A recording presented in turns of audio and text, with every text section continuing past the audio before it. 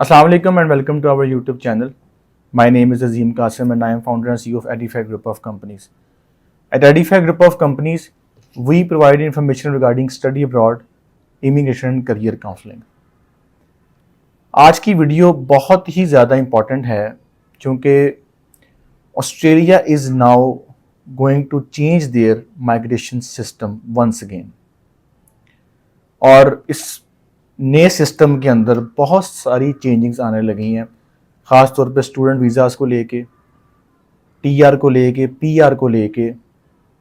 I think they are going to change entire system. और वो system कैसे काम करेगा, इस करंट सिस्टम में क्या फ्लॉज हैं, क्या रिकमेंडेशंस हैं, और स्टूडेंट्स के लिए क्या बुरी खबर है और क्या अच्छी खबर है, पीआर होल्डर्स या पीआर जो एप्लीकेंट्स हैं उनके लिए क्या बुरी खबर है, आज सारे का सारा हम इस वीडियो में डिस्कस करेंगे। अगर अभी तक आपने हमारा चैनल सब्सक्राइब नहीं किया तो उसको लाजमी कर लें और बेल आइकन पर भी क्लिक कर दें ताकि आप तक हमारी तमाम नई अपडेट्स वीडियोस वो पहुंच सकें। और हम सैटरडे से 6 मई से 2:30 बजे से लाइव सेशन का आगाज़ कर रहे हैं for all our students, viewers, applicants, parents जो अपने क्वेश्चंस आंसर पूछना चाहते हैं हमसे। उनके लिए हम एक लाइव सेशन रख रहे हैं यूट्यूब के ऊपर। 2:30 से 3 बजे का ये सेशन होगा।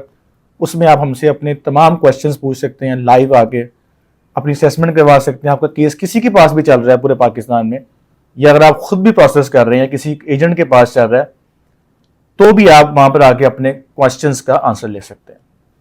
स्टार्ट करते हैं आज की वीडियो को, जो कि बहुत ही ज्यादा इंपॉर्टेंट है। अगर आपने हमारी पिछली सारी वीडियोस देखी हों तो मैंने एक वीडियो बनाई थी, गालबन सितंबर में या अक्टूबर में बनाई थी, जिसमें मैंने बताया था कि जो मिनिस्टर ऑफ होम अफेयर्स हैं, honourable Clare O'Neil MP, member of parliamentarian, 2 सितंबर 2022 को she formed a committee of 3 persons. 3 बंदों की उन्होंने कमेटी बनाई थी जिसमें सर फहरिस्त थे डॉक्टर मार्टिन थे, और उसके अलावा इसके अंदर प्रोफेसर जोना हॉफ थी और इसके अंदर जॉन आर्या थे। ये 3 बंदों की कमेटी थी जिनका टास्क ये था कि we have to identify the flaws of current migration system of Australia.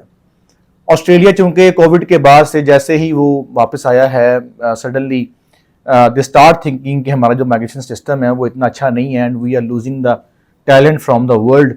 हम अमेरिका से पीछे जा रहे हैं, हम यूके से पीछे जा रहे हैं, हमारा सिस्टम डिलीवर नहीं कर पा रहा। खैर, इस बात की तो हम सब एग्री करते हैं कि सिस्टम कोई भी होता है ना वो एक खास अरसे तक काम करता है, उसके बाद आपको उसमें चेंजिंग्स करनी पड़ती हैं, चाहे वो जितना भी अच्छा क्यों ना बना हो।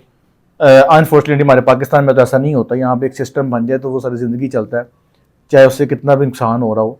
लेकिन जो डेवलप कंट्रीज़ हैं वो सिस्टम को रिव्यू करते हैं, अपनी गलती को तस्लीम करते हैं, उस सिस्टम को फिर रेक्टिफाई करते हैं विद द चेंजेस, जो करंट चेंजेस, जो करंट रिक्वायरमेंट्स हैं उसके मुताबिक उसको चेंज करते हैं।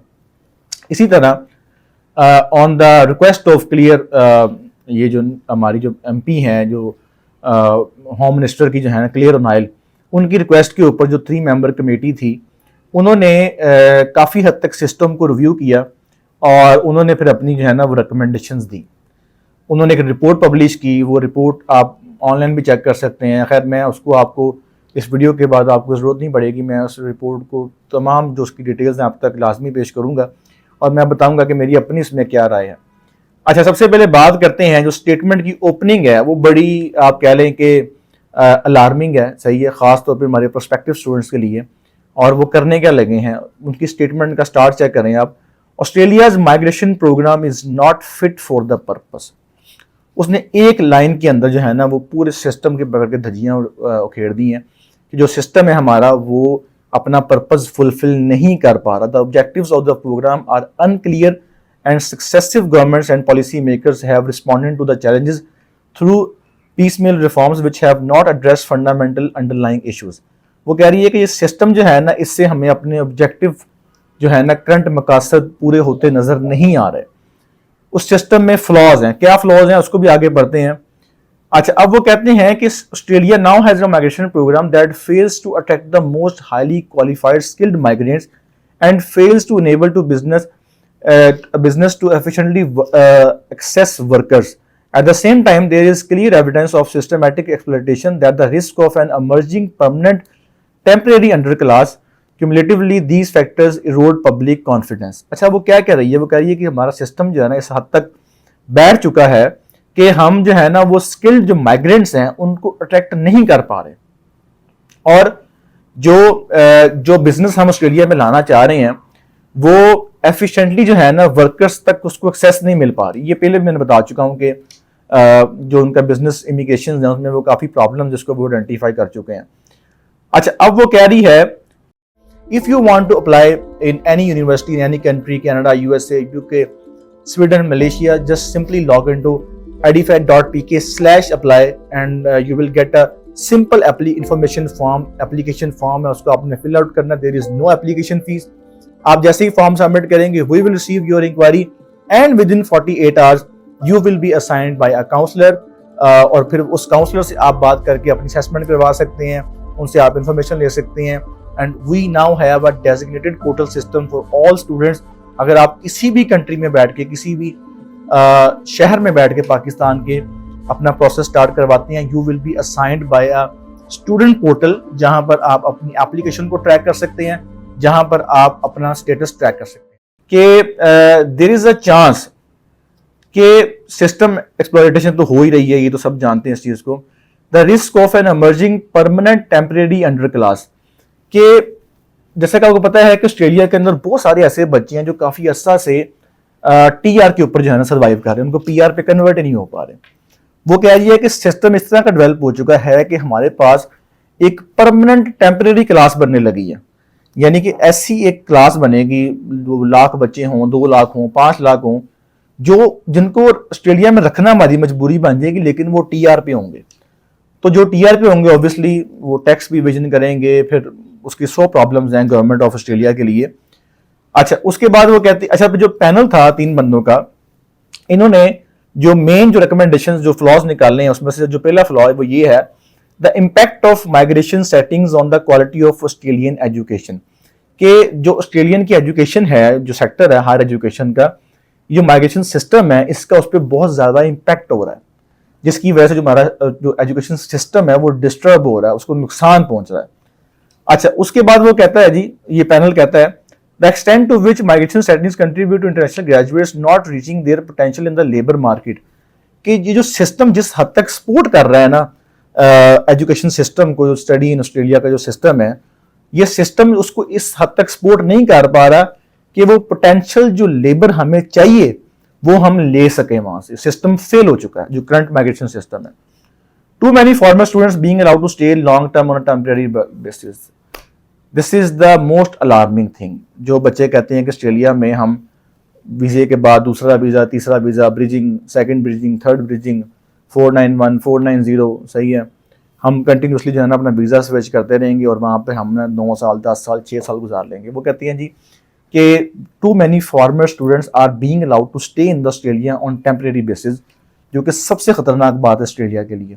इसको हमने जो है ना वो यहाँ से खत्म करना। अच्छा खैर, ये वो 3 चीजें हैं जो उन्होंने मेन हाईलाइट की हैं इस पूरे सिस्टम के अंदर, कि अभी जो है ना वो क्या चेंजिंग्स हमें चाहिए। अच्छा, उसके बाद within the context of current view the importance of these linkages looms, minister O'Neil has started nation to respond commission in the face series of legislation.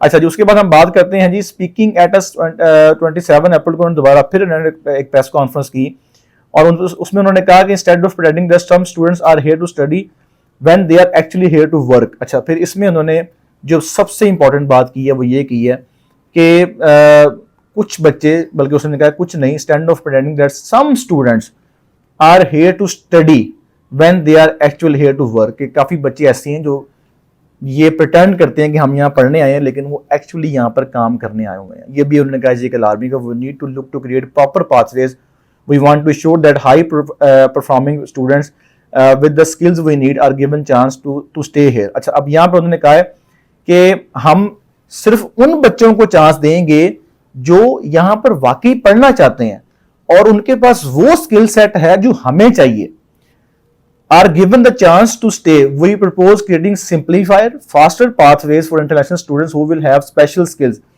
और फिर हम उन बच्चों के लिए जो जिनके पास स्पेशल स्किल्स हैं, जो स्किल्स हमें चाहिए, हम उनको चांस देंगे कि उनके लिए सिंप्लीफाइड और एक फास्टर रूट जो है ना वो निकाला जाए, ताकि वो स्पीडली जो है ना वो बजाय टेम्परेरी ग्रेजुएशन रूट के ऊपर अटके रहें 3 साल 5 साल 7 साल, वो जल्दी से पीआर की तरफ मूव कर जाए ताकि हमें उनका बेनिफिट हो सके।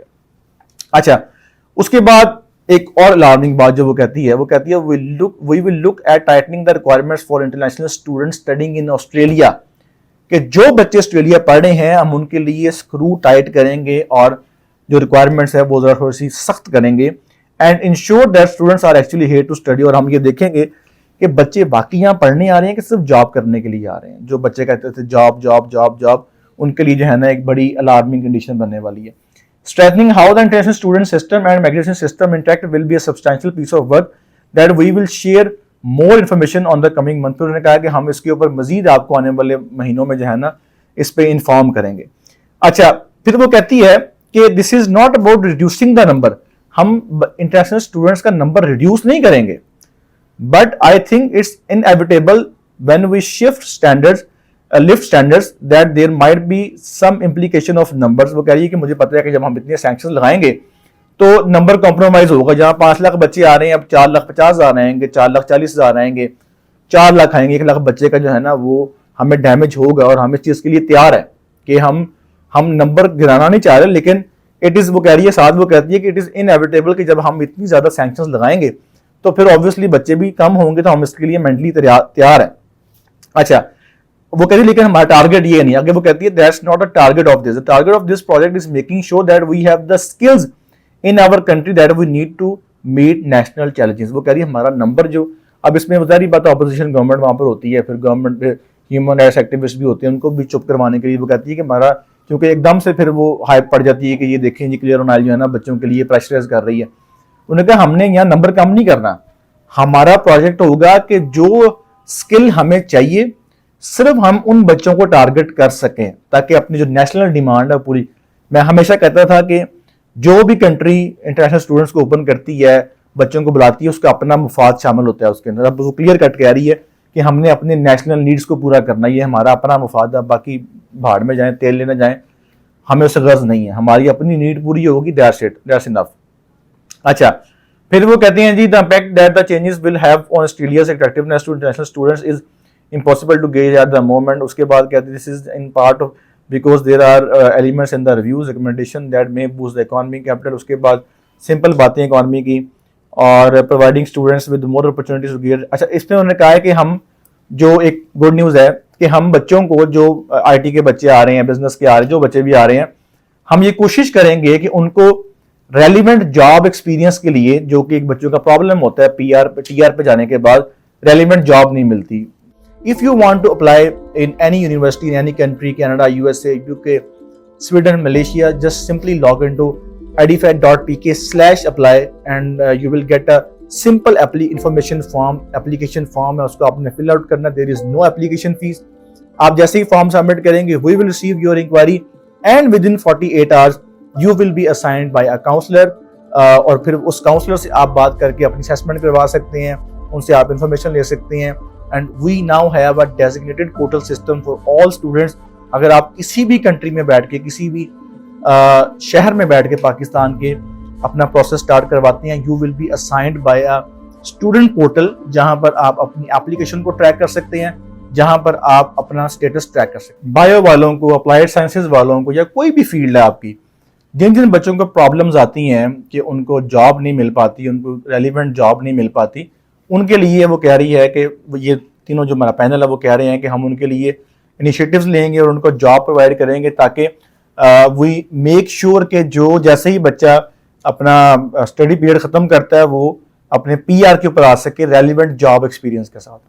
अच्छा, अब इसमें उन्होंने 6 तरह की रिकमेंडेशंस दी हैं जो कि बहुत ही इंपॉर्टेंट है, और उसमें से 1-2 जो है ना वो अलार्मिंग भी हैं हमारे बच्चों के लिए।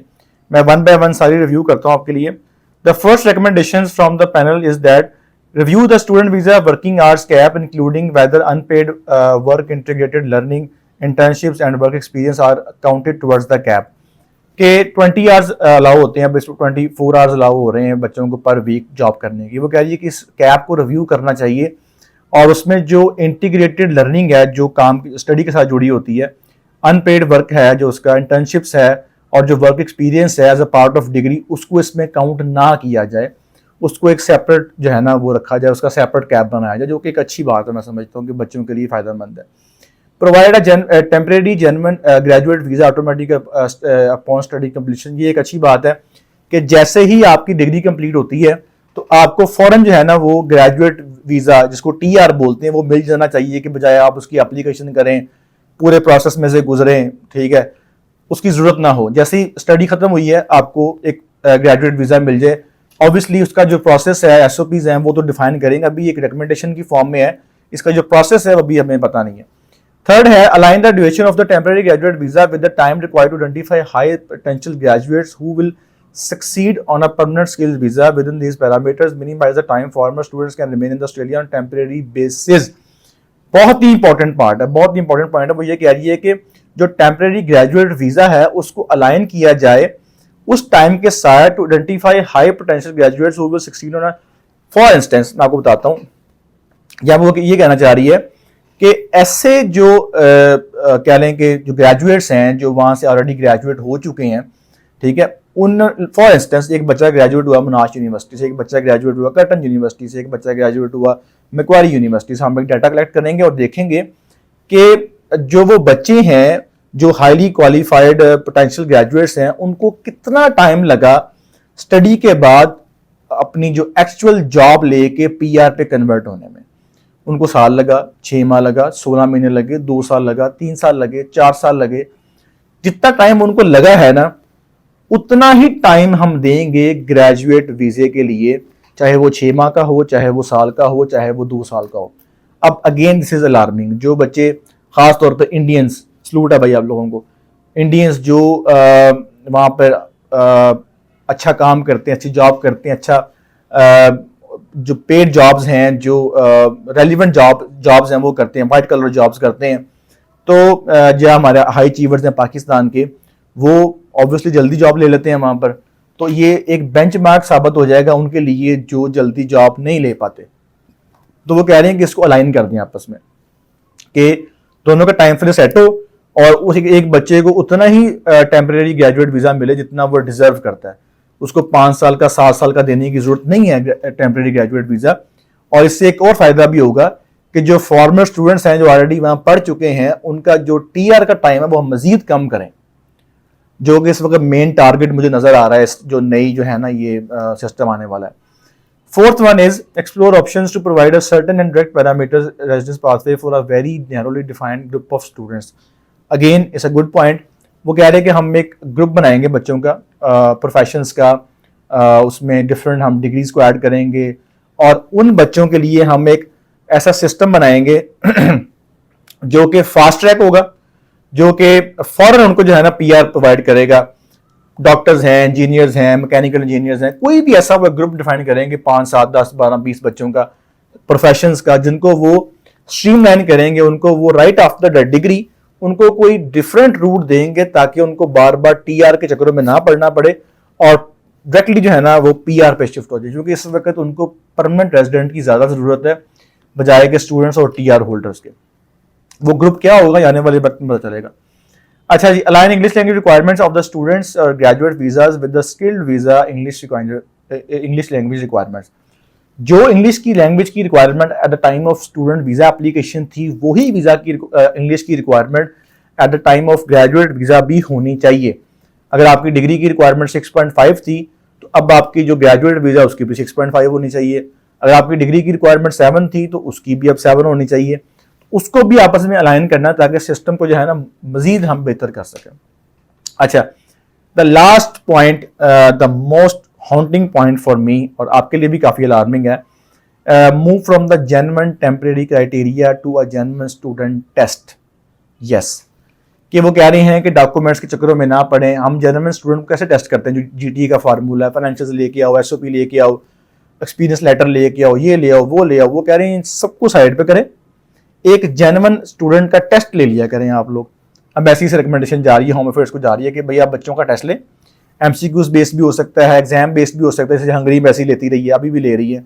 वो ऑनलाइन टेस्ट भी हो सकता है, वैसी बेस्ड भी हो सकता है, ज़्यादा ऑनलाइन ही होगा। जैसे पीटीए को इख्तियार दे देंगे या किसी पीयरसन से एग्रीमेंट करके उनको ये इख्तियार देंगे भी आप बच्चों का टेस्ट लें।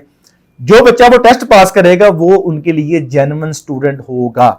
उसमें एनालिटिकल रीजनिंग भी होगी, उसमें बहुत कुछ होगा, डिफरेंट टाइप्स का वो पेपर होगा, स्किल एजुकेशन के लिए डिफरेंट होगा, बिजनेस के लिए डिफरेंट होगा। ये मेरी अपनी एक कह लें कि राय है, लेकिन इसमें उन्होंने कहा है कि जीटीई को जीटीएस यानी कि जीएसटी से रिप्लेस कर दें। जेन्युइन स्टूडेंट टेस्ट को जो है ना वो आप लेके आए, genuine temporary entrant versus GST genuine student test, ये रिप्लेस हो सकता है। जहां तक मेरी अपनी कह लें कि नाक़िस राय है, मुझे लग रहा है कि ये हो जाएगा। खैर लेट्स सी कि इस पर कितनी हद तक इम्प्लीमेंटेशन होती है। ये रिकमेंडेशंस हैं, ये असेसमेंट है, ये एज इट इज भी इम्प्लीमेंट हो सकती है, इसमें ऊपर नीचे करके भी हो सकती है, ये नहीं भी हो सकती, ये पता चलेगा आने वाले वक्त में। और लेट्स सी कि बच्चों के लिए जो है ना वो क्या बेहतरी आ सकती है। आप लोगों के लिए यही मैसेज है कि जो बच्चे ऑस्ट्रेलिया बैठे हुए हैं काइंडली अपनी डिग्रीज कंप्लीट करें प्लीज़। काम अपने वर्क चक्करों में, काम के चक्करों में जो है ना अपना वो टाइम वेस्ट मत करें और मजीद रेड फ्लैग्स ना लेके आए एम्बेसी के सामने, ताकि मजीद हमारे लिए मुश्किलात आ सके। पाकिस्तान को अभी ज़रूरत है ऑस्ट्रेलिया की, यूके की, कनाडा की, यूएसए की, क्योंकि हमारा वहाँ से अच्छा खासा जो फॉरेन रेमिटेंस हमें आता है, हमारी वहाँ से एक एजुकेटेड क्लास जो पढ़ के वापस पाकिस्तान आती है, उनकी हमें ज़रूरत है और हमें इन कंट्रीज़ की ज़रूरत है ताकि हम ज़्यादा से जो है ना फॉरेन रेमिटेंस अपने मुल्क में ला सकें। 6 मई को हमारा एक लाइव सेशन है यूट्यूब के ऊपर, जिसमें हम आंसर करेंगे आपके क्वेश्चंस, आपके जितने भी असेसमेंट्स हैं, आपकी कोई भी क्वेरी है। आप 6 मई को 2:30 बजे का लाइव सेशन है, उसमें लाजमी आइएगा और जितने भी आपके क्वेश्चन हैं हम उनको आंसर करेंगे। वीडियो देखने का बहुत शुक्रिया, थैंक यू सो मच, अल्लाह हाफिज़। अस्सलाम वालेकुम व्यूअर्स, आपके लिए गुड न्यूज़ है। गुड न्यूज़ ये है कि हम अपना लाइव सेशन स्टार्ट करने लगे हैं। 6 मई को 6 मई को हम लोग अपना लाइव सेशन स्टार्ट कर रहे हैं एडिफाई की तरफ से यूट्यूब के ऊपर। वहां पर आप आके अपना कोई भी क्वेश्चन है, असेसमेंट है, मुझे बहुत सारे बच्चे कहते थे कि सर आप हमारी खुद असेसमेंट करें। 6 मई को मैं खुद असेसमेंट करूंगा तमाम बच्चों की। Join our live session at 2:30, 2:30 से 3 बजे तक हफ्ते को ये सेशन चलेगा। आपका कोई भी क्वेश्चन है, स्टडी का, आइल्स का, पीटीई का, आपने असेसमेंट करवानी है अपनी पीआर के लिए, कोई भी क्वेश्चन है आपका, फ्री ऑफ कॉस्ट आप सेशन ज्वाइन कर सकते हैं। मिलते हैं आपसे सैटरडे को 6 मई को 2:30 बजे।